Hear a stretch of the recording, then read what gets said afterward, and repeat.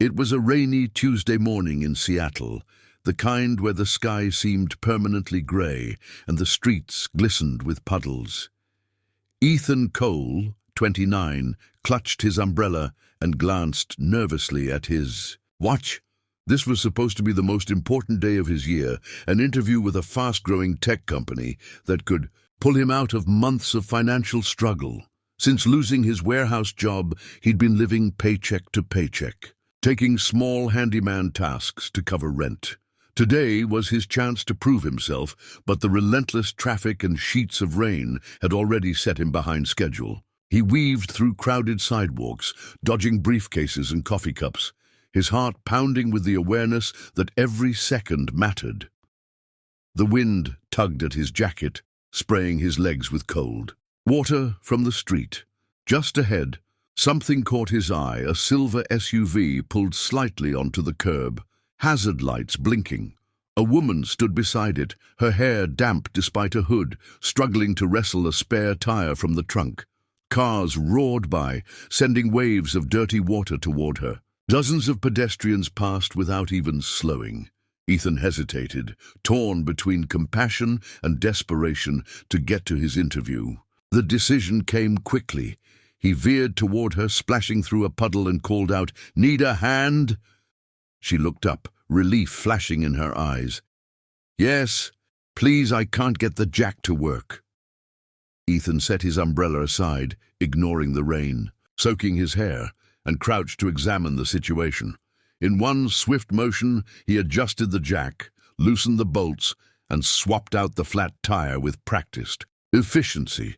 His hands were cold, his knees wet, but the work felt automatic, an ingrained habit from years of fixing things for friends and family. When the spare was finally secured, the woman, late 30s, poised despite the damp weather, stepped forward with a grateful smile. "You've just saved me from missing a huge meeting," she said, brushing rain from her coat. Her voice carried genuine warmth, the kind that lingered. Ethan shrugged lightly, wiping his hands on his jeans. "Glad to help," he said, glancing down the street toward the bus stop he'd need to catch. She offered her name, but in his rush, he barely caught it before giving a polite wave and taking off at a jog, umbrella still forgotten on the curb. By the time he reached the transit stop, his phone buzzed with the time the interview had already begun 15 minutes ago. The pit in his stomach deepened with each passing block, and he knew showing up late would only make things worse. Instead, he trudged home, shoes squelching, the rain now a steady drumbeat on the hood of his jacket. That night, sitting in his small apartment with a lukewarm cup of coffee, Ethan replayed the morning in his mind. He didn't know if he'd made the right choice, but deep down, he suspected he wouldn't have done it any other way. 2 days later, as Ethan was sipping coffee in his small kitchen, his phone buzzed with an unfamiliar number. He hesitated lately. Unknown calls often meant unpaid bill reminders, but he answered anyway. "Mr. Cole, this is Angela Reed from Apex Innovations," the voice on the other end said with measured professionalism. "I understand you missed your interview, but I'd like to personally invite you to our headquarters tomorrow." Ethan blinked in surprise, unsure how she even knew his name. Curiosity overrode caution, and he agreed, wondering if maybe his application had somehow survived despite the no-show. The next morning he arrived at Apex's sleek, glass-fronted building, the kind that seemed to hum with quiet efficiency.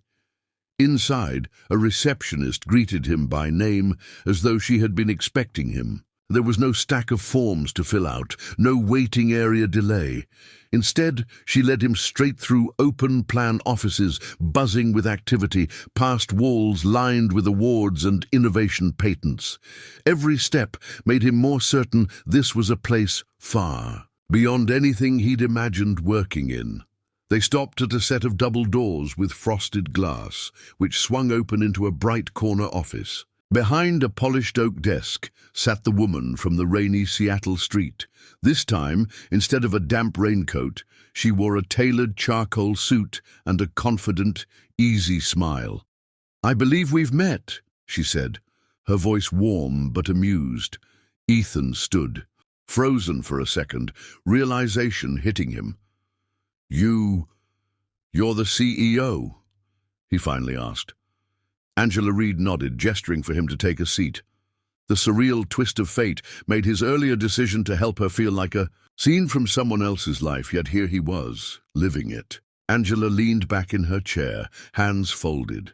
She explained how she had been late to an important board meeting that morning, one that would decide a major product launch.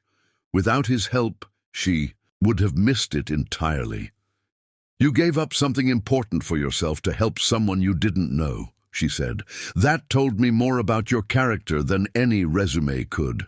Skills can be taught, but integrity is rare."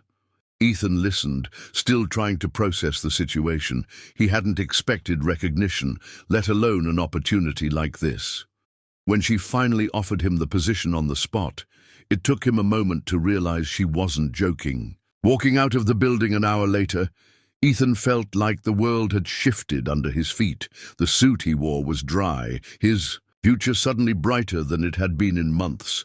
As he stepped onto the bustling Seattle sidewalk, he thought about that rainy morning, the puddles, the rush, the choice to stop. He smiled to himself.